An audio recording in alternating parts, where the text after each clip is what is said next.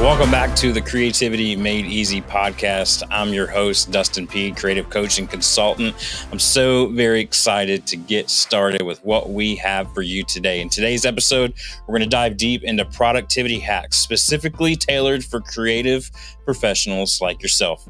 Our special guest today is Chris Comstock, an expert in life hacks, and shares invaluable tips and strategies to help you manage your time better, stay inspired, enhance your creative output. Whether you're a designer, writer, artist, or any other creative, this episode is absolutely packed with actionable advice to boost your creativity and keep your creativity flowing. Before we get into today's episode and we start our conversation with Chris, I want to remind you that I'm here to help creatives know themselves, their process, and their teams so they can create greater things together. If you're listening to this on an audio podcast platform, thanks so much for listening. I would love for you to leave a 5-star rating and review. It helps get this content out even further to creatives like you who can benefit from it. If you're watching on YouTube, I'm so glad that you're here. Would love for you to thumbs up. That's a like, subscribe, and ring the bell so that you're notified every time new content, just like this episode, is dropped into your feed. You can also follow me on Instagram, Facebook, YouTube, LinkedIn, all the places like that at Dustin Peed, P-E-A-D. Or if you're interested in chatting with me about any of the services or products that I offer in this creative coaching world, you can reach out to me at dustinpeed.com. You can learn more about what the offerings are, and we can start the process right there with a free call. So go ahead and hop on the site and do that. So without further ado, I want to introduce you to my good friend. You've seen him on the show way back in the beginning. One of my very first guests, my good friend, pastor, author, speaker, Chris Comstock. All right, everybody, my guest today has a hack for everything. He's my go-to resource for when I need a good life hack. And today we're going to talk about some productivity life hacks. But I want to start, Chris, with your latest infatuation. Well, one of your latest infatuations. Yeah. I know there's always many swirling about, but I know you have one about reading. Can you tell us about that? Yeah, I've been in this. I love to read, but I don't ever feel like I could read a book fast enough. But also, even if I did read fast, I didn't feel like I could learn or retain any of the information. So it's going to feel like I'm doing a sales pitch here. I'm not. I'm just telling you what I did, and it worked for me. Something else may work for you. Yeah, watcher and listener, this is just how Chris talks. It's true. It sounds like I'm just naturally a salesman. It sounds like a salesman. And listen, if you're convicted, just let it happen. Don't fight it. Yeah. I did Jim Qwik's reading course. It's a 21-day reading course. It's all over the place. You can, if you're on YouTube for a minute, now that you've heard it, Amazon or whoever you have in your house has heard it, it'll be all over your feeds now. But I would just say, I would recommend, that's the course I took. And now my goal for this year is to read a book a week. It's been goals in the past. I've never really hit it.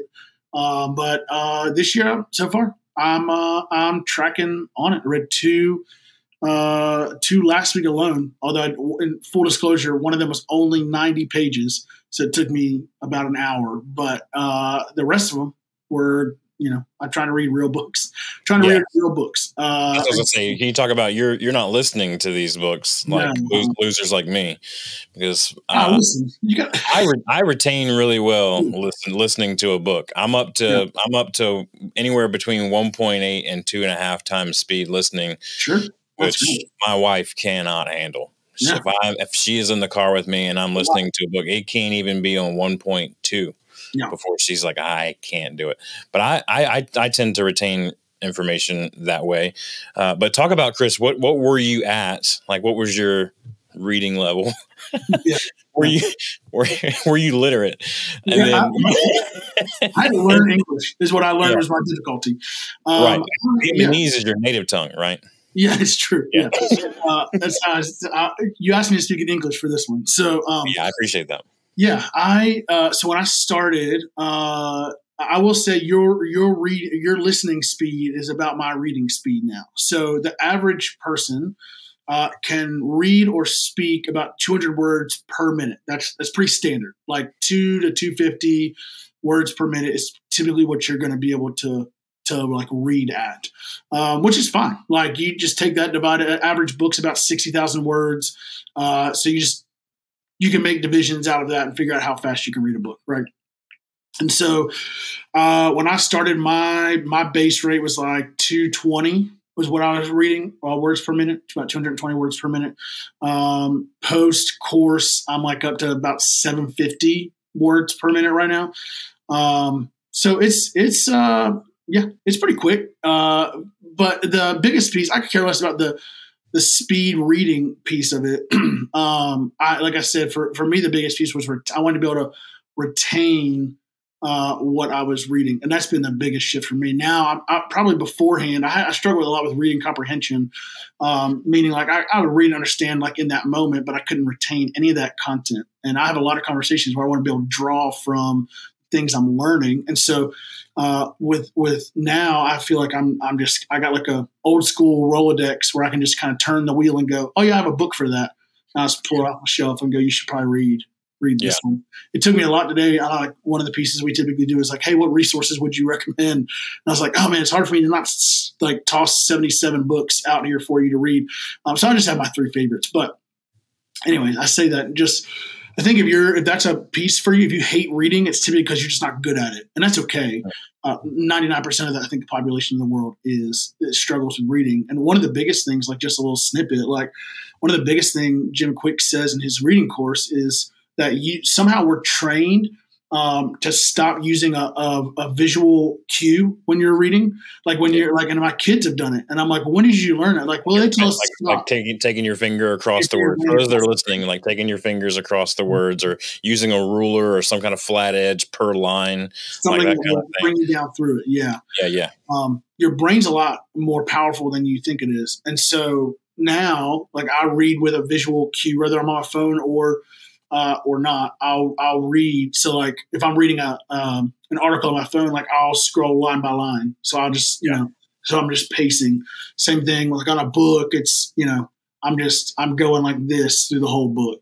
And then I'm able to, it does because your eyes get distracted. You move, you pace it out differently. But that was one of the big, so that's like one of the first episodes you learn in that 21-day course. It's like use the visual pacer. It helps you in your reading to stay on track. And I think that's the biggest thing, right? Like if you're trying to be productive and trying to get that thing done, like then you have to understand like the process to get there. So for me, that was just the process that expedited one of the biggest things. It took me from 200 to 350 like right away. I was like, oh my gosh, like I can figure out where I'm going now because I always did that. Read it back again and got lost in words and all that. You said something interesting there where you said if you hate reading, it's probably because you're not good at it. And I speak and work with a lot of creative people, and a lot of them will tell me like, I'm not a reader. I'm like, okay, well, how are you learning? How are you practicing, growth and that kind of thing? And sure. I might get podcast or YouTube, but even then, sometimes it's probably not. So let's take a step back. I think this is an interesting productivity hack is learning. Yeah, this is not on our show notes at all, but I think you speak really well to it, and I think you give a good explanation as to why we should all be learning, no matter what field that we're in. And so, for those that are listening right now, they're like, "Hey, I don't podcast except for this one. I don't, I barely YouTube. Like I don't audiobook. I don't read like any of that stuff. Right. Like, can you give like a 30-second pitch of like why creatives should be diving into a practice of learning and how that helps their productivity? Yeah. One of the greatest resources I've learned this piece through specifically is Gary Vaynerchuk, like Gary V or whatever.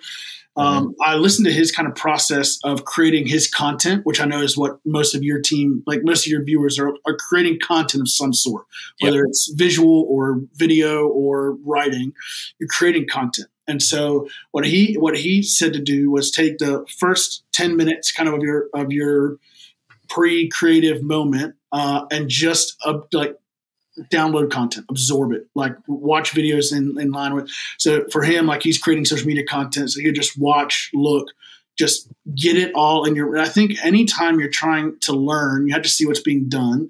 And then you can go like, I didn't like that. I do like it. Like if you're not constantly evaluating the process, then the process it's going to be flawed at every level because you're only going to operate off of whatever you think is good. And so, and you may be great, but at the end of the day, there's always somebody who's right. Like there are very few records that aren't going to be broken because somebody's always going to come along that's a little bit better. So just learn. So what I do is if I'm in creative mode, I will take the first 10, 15 minutes of my kind of pre-work mode, and I'll just absorb content, whether that's reels, or if I'm watching a YouTube video, or if I'm reading, whatever it is. I'll take a chunk of time, and it just gets your brain spinning in a creative direction. Like, hey, I think I can make that better. I think I can frame that up or shape that or create that differently. And then if you do that, now you're able to create at a high level. You're able to continue to spin off. So it's not like every hour, don't spend 15 minutes doing that. Then you're not productive. Right. But if you can start your day off, now just don't go down the spiral. You got to set a timer so that way you're not in the Instagram or Facebook spiral for 17 hours and you're like, I didn't do anything today. But yeah, I think if you absorb content, it helps you develop content because you can evaluate, shape it, frame it, and then recreate it in such a way that it was for the masses. So that's what I would do. Yeah, it's all about exposure, right? Like being able to expose yourself to different things and different ideas and concepts out there. And you take it, and there's nothing new under the sun, right? Like we know that, but you're taking all these things and you're putting it and you're curating those things in your mind and you're pushing out some conglomeration of all those things into something new. You talked about just like, you kind of hinted already to some of your like daily routine. Let's get into that a little bit and share this routine and what some personal hacks for staying productive might look like. Even you and I this morning were talking about office arrangement, like how to arrange our office furniture for maximum. So anything in that realm, go for it. Share that with us. Yeah, I'd go on for days on this particular topic. So as much as I want to get to it soon. Let me share a couple of things. For me, I'll give you kind of a quick rundown of what my life looks like on the daily. I get up every morning. I try to be as consistent as possible. Get up at 4:30 in the morning, every morning. I'm a firm believer that you go to bed, you wake up the way you go to bed, right? So if I go to bed going, I really don't want to wake up in the morning, you're going to wake up and hit the snooze alarm, like snooze button, like 25 times, right? But if I wake up, if I go to bed going, I'm going to kill the day tomorrow. I'm going to get up at 4:30. I'm not going to hit a snooze. I'm not going to set a second alarm. Like I'm going to operate in that space. Then when that alarm hits, like your brain, your mind space is going to be different. So I get up at 4:30, and then I have actually shifted my routine lately because I found myself kind of cheating myself on the reading, learning, growing piece of my morning. So what my old habit was get up at 4:30, go work out right away, and then spend time sitting, reading, learning, growing. And what I found was I got carried away in the workout side of things. Maybe I really enjoy, like I could work out for 90 minutes and only give myself 30 minutes of reading, learning, growing. I found myself racing through to feel like I checked a box.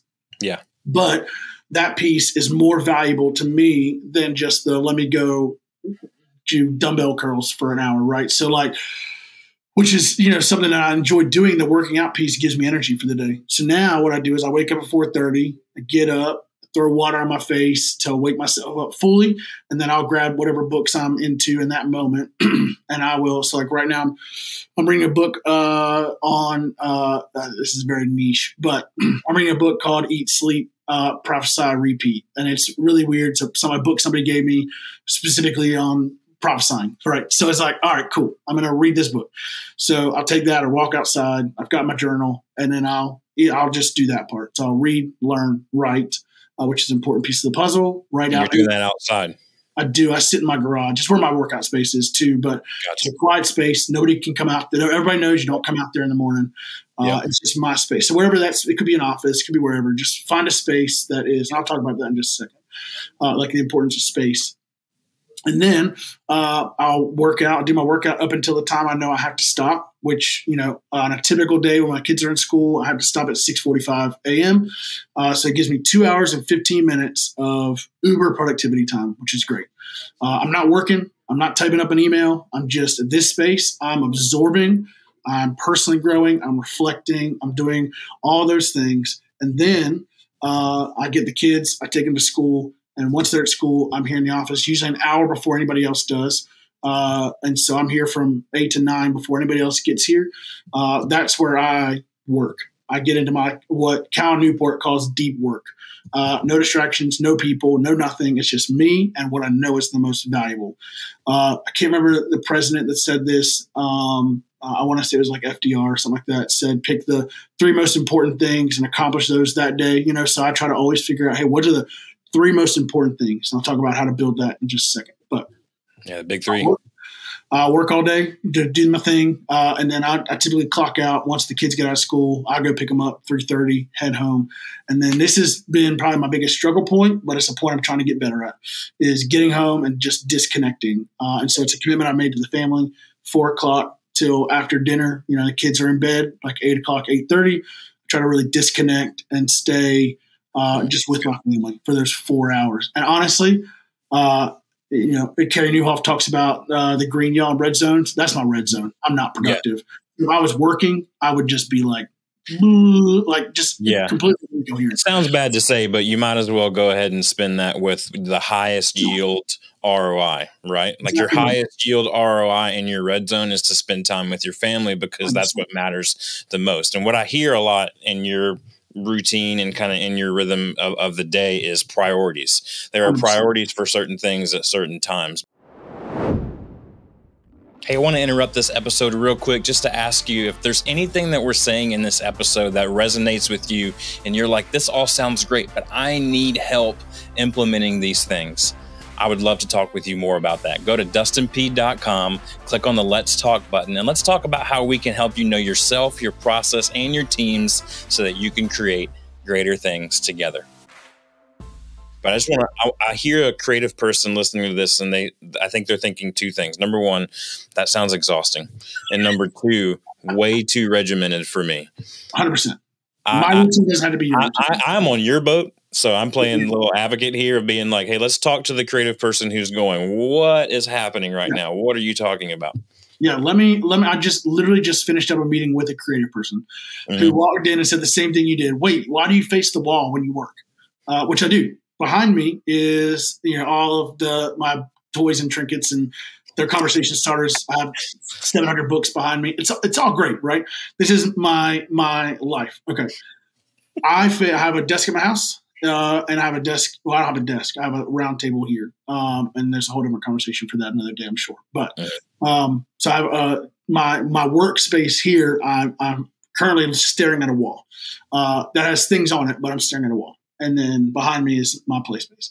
So here's what I told him, and I told you this morning when you had messaged me about this. I'm going to pull it up while we're talking about it because I don't have it all memorized. But I think this is true. 1.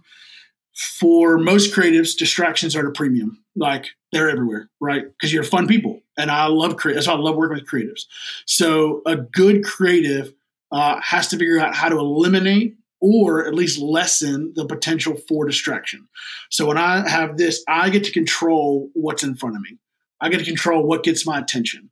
And so I can put things in front of me that are inspiring rather than things that are distracting. And so for me, it's what's driving me forward. So I have it and I would turn this around, but it would get really weird really fast. But I have in front of me a quote from my brother, his kind of life. I have a picture of a map of the world. I have things in front of me that are like, okay, this is your purpose. Your purpose. Keeping you focused on your purpose. 100%. Yeah. Purpose is impact, right? So I get to decide, I get to control that. 2, I have open space behind me, which means that as soon as I get to turn around, I have a whole new world behind me. Oh, look, a fun open space. And so if you create kind of 2 separate environments, you're allowing your mind to kind of detach from work mode, if you will, and I can go over there. And when I go over there, I'm usually in creative mode. I'm thinking, I'm creating. I'm like, what do I want to? So I have a coffee table that the little the thing rises up like a standing desk, but it's not a desk. I sit down, so it rises up, and then I can sit there and I can just create. I have all the fun around me, and I get to be fun, and so it's important there. And then 3 is avoidance. I get to avoid people. I obviously have a door where when you come in, you can see through because there's a small window there. Well, they can't see me over here. I'm hidden. So when I have to be in deep workspace, which all of us have to, whether you call it that or not, nobody can see me. Nobody can like, are you in there or not? I can lock my door. Nobody has a key to my door. I'm just kidding. They do. But yeah, they can easily unlock it and walk in. But there's no button or anything. Yeah, I can lock my door and at least hopefully have the idea of privacy. But then it creates a division. And at the end of the day, what it does, it divides my workspace from my play space. So when somebody walks into my office, they will walk into what is my seating, and they can feel welcomed rather than feeling like I'm in a meeting. If you walk into a big wood desk, you're like, oh boy, like desks create division. And so if I'm meeting with you at a desk, one, it's formal, right? It's not, I'm not going to have any fun in what's about to happen right now. And I feel immediately this tension between us. But if I create a space where you feel safe walking into it, instead of creating this tension, I now create openness and go, hey, listen, what we're about to do is have a conversation. It's going to be a hard one. This might be a tough conversation, or this might be a fun conversation. But at the end of the day, we're creating a space where we get to have this conversation together, and not I'm here, you're here. Even though we all know I'm here and you're here, I'm creating a space where we can all have conversation together. So I think it's just important, like creating and finding a space that you, like if I'm you when I'm in my creative mode, I do, Dustin, this like twice a year, sometimes 3 times a year, I'll go and rent a hotel room or an Airbnb, and I'll take all of my stuff and I'll go set it up, and I'll create the space I want to work in, because I'm in full-blown creative mode. I might be writing a book, I might be writing, a series. I'm editing a big documentary right now. So I will go and I'll create the space I want to create in. So I will set it up. I'll take whatever I have a table. I'll do whatever. Like I will build out the space I want. Yeah. After that, I'll clear it out. I'll make sure that it smells the way I want it to smell. It looks the way I want it to look. Like all those things matter, right? They're distractions. And then I bring every supply that I need, and I make sure it's all ready and it's all set. Chargers, Post-it notes. If you want to know my process, like I operate fully off of these bad boys right here. And I will literally, when I'm in full-blown creative mode, I will just take Post-its and stick them up all over, and then I will move it around in such a way. So have them all ready, document everything, record. If you're talking out loud, if you're recording a song, if you're doing whatever, it'll all fade away. So we wrote a song last year. It came to my mind while I was rocking my baby. And I was like, ooh, but her sound machine was on and I couldn't. And I was like, I have the melody in my head. I don't want to lose it. And so I'm sitting there, like I pulled my phone up. I was like, we're going to sing the melody. And like, it was super quiet, but I had it enough to give to you guys to be like, write it and take it from there. This is not my space. So you got to have everything kind of ready, set, record everything, use AI. I record everything. I drop it in. It sends me whatever they're called, when they record it, what is that? What am I talking about? You know what I mean? What's that called? Like a recap transcript. Yeah, transcript. Thank you. All I thought was translation. I was like, I only speak in English normally. But write everything down. Use AI. Yeah. And then, I think the hardest part, though, if we're honest, that's probably all the fun stuff. Like we can do all that. We can create the space. We can love it. We can make it to where we want it to be at. The hardest part is taking those great, grandiose ideas and executing. So sometimes we stop at look at all the content we did, but then we're like, well, what are you going to do with it? Oh, I don't know. And it's like, we'll get to that at one point. We die on the hill of good ideas. And so under us is like, look at what could have been. And Gary Vee, just to circle back to kind of where he wrapped that conversation up, he said, some of you will be lifelong content consumers and never content creators, because you'll think you've never consumed enough to develop or to create. And so for some of us, we're still sitting and going, I'm going to keep listening, keep learning, keep growing. But listen, you got a voice, use it.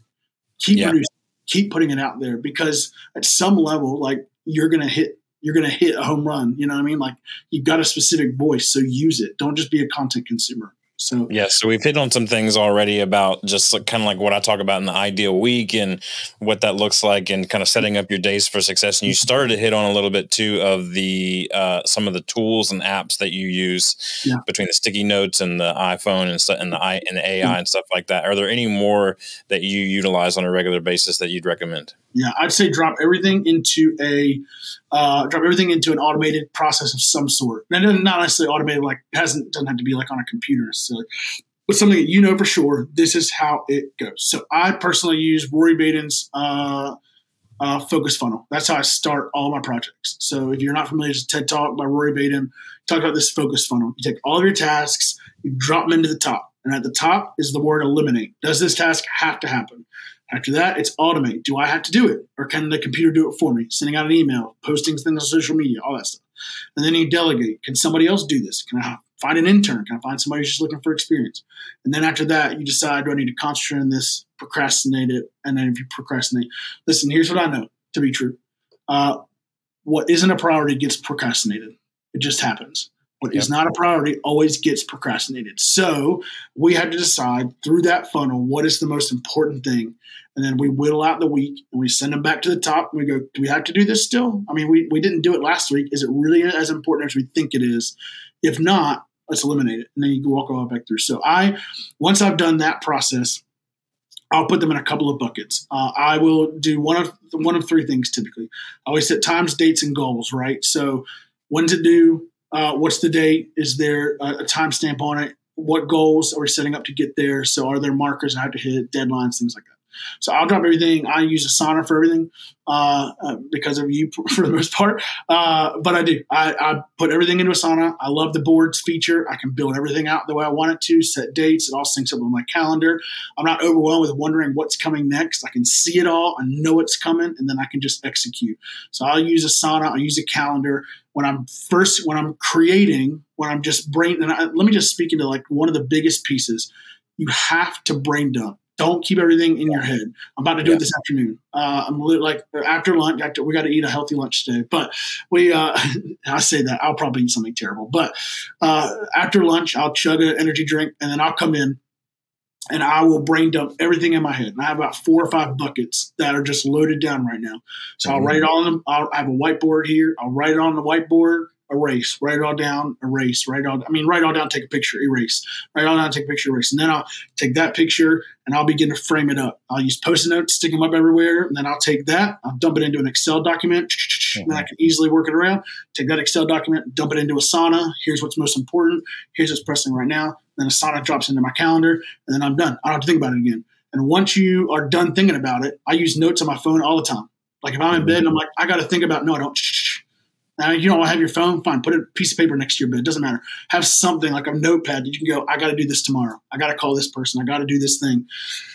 I fail at the mountain of forgetfulness. And so I have to like consistently write everything down and then it's done. And once I know it's done, it's done. You know what I mean? Yeah, we always talk about future you, right? It's all about setting up future you for success. If you know that today you is a forgetful person, which I would argue most people are. 100%. And we're getting more and more forgetful as technology begins to kind of take those things over for us, right? But then you have those things set up. And yeah, the brain dump is got to do it. I do at least one a quarter, if not once a month. I have three notes pinned at the top of my iPhone notes. That's one of them. And I have 4 categories there. I have about 3 different business categories and a personal/family category. And all that stuff gets dumped there. And I revisit it constantly. When I'm preparing for my week and I'm doing a weekly preview, I always refer back to the brain dump and go, okay, what am I missing that needs to be in here that I've already dumped out of my brain? Again, it's setting future you up for success. I could talk about this literally the entire day, but let's wrap up with, is there anything that we haven't talked about yet, Chris, that you're like, creative people have got to know this productivity hack? Yeah, I would just say one of the biggest things I've learned, and this has been something I've just started, and I've found great success out of it, is establishing expectations out of the gate. Meaning, if you call me and I'm on the road, let's say, and I know I'm 6 minutes from my destination. I did this with, I had somebody call me yesterday. I said, I have 6 minutes till I'm at lunch with somebody. I cannot talk to you after those 6 minutes because they're like, I need to honor their time as well. So if whatever you have to say can happen in 6 minutes, then let's have the conversation. If not, regardless, at 6 minutes, I'm going to go, hey, I'm sorry, I got to go. I'm here. And they said, okay. And so they went right in. They were more efficient. They were quicker. They were to the point. They got what needed to be done. And I said, that's great. Thank you for telling me what I need to know instead of the backstory that I don't need to know. Because sometimes they're like, well, you really need to, like, I really don't. Just say what I need to say. So with creatives, here's what I know. You have to, a lot of creatives, I'll say not all of them, a lot of creatives operate in a fun space, like put people around me all the time. And that's great. But you also have to create limitations for yourself, right? I think there was a global leadership summit. I think Craig Rochelle talked about operating inside of the box, not outside the box. And so create the box for yourself. I can talk to you, but I have 5 minutes. Rochelle also talks about not talking to people inside of your workspace. Like, hey, I'll talk to you in the hallway, but I'm not going to invite you in because then I got to tell you to leave. If I'm in the hallway, I'm like, hey, I'm sorry, I really got to get. So I do a lot of my conversations in the hallway unless they set up a meeting with me. And then I'll do I've set all my meetings to 30 minutes or less now. Even I have one-on-ones every month with our team, 30 minutes. Let's be efficient. I'm not here to be your friend in this moment. I'll be your friend outside of this space. We can go to lunch together. But like in here, let's be efficient. What are the things we need to talk about and address? If you don't create that efficiency, your time will get hijacked. And I think even on the time side, just kind of wrapping it all up is like figure out where you're the most productive and protect it. So I protect it like today, like we're recording on a Thursday. Thursday mornings are my green, every morning is my green space, like it's my green zone. I'm the most productive when I get to this office from 8 to noon. And all of us, we can't be productive for 24 hours or 8 hours in a day. You're not going to be. You're going to be probably the most productive for like 4, maybe 6 hours on a good day. And so I try to operate like, hey, protect this space. I don't want anything else to happen. Or my most important conversations have to happen if I need my full brain space. So I think you just got to protect. There's some great talks out there about it. I would just encourage you. But be kind of, I know this is going to sound bad, like be dogmatic about it. You know, like, hey, I'm sorry. Like I told you I had 5 minutes. I genuinely only have 5 minutes. I have to go. And so like I have a call after this. And I told that person I have 45 minutes. I have no more, no less. So if what we need to talk about can happen in 45 minutes, but I have to end it at 45 minutes, no matter what. I have a meeting right after you. They said, okay. So most people will honor it. You just have to establish it. So if you're at lunch and you're having fun, it doesn't matter. You know what I mean? But like if you're in work mode, you've got to protect your creative space. Or if not, you'll get sucked right into the vacuum and you'll never be productive. Yeah, for sure. Well, you can follow along Chris and all his antics at the Chris Comstock. That's an entirely different story. Trust me, he's not as narcissist as this handle sounds. It's not like the one and only or anything. There is a story there. I'll let him tell you that some other time. But just to recap some resources, we'll drop them in the show notes. Jim Qwik, the Focus Funnel, Brain Dumping, Establishing Expectations Immediately, and the Global Leadership Summit. We'll also put a link in there to Gary V's podcast, Parental Advisory warning on that one. Yeah. So, and I would just encourage even Newport's deep work is a great one. And I don't know, Dustin, if you've shared this work publicly or not, but you share with me, so I'll just say it out loud. One of the greatest things if you're struggling with productivity is doing a legitimate time study, take time and energy audit. Yeah, like a 2-week audit of what you're actually physically doing, and sometimes it'll help show you the holes immediately. Oh, I spent 6 hours playing, Call of Duty. That's why I wasn't productive this week. We typically always have the time. We just spend it in different spaces. So that was super helpful for our team. It's been great. Awesome. Sweet, man. Obviously, we're going to have to have you back because there's just so much more that we can talk about. I want to do one specifically on pages we could have gone on today, man. I want to do one specifically on spaces, and we'll just probably do it on our phones where we can just both walk around our office spaces and talk about it at the same time. And we'll nerd out. No one else will like it but us, but we'll do it. All right. Thanks, man, for your time. Absolutely. Love you, brother. Talk to you soon.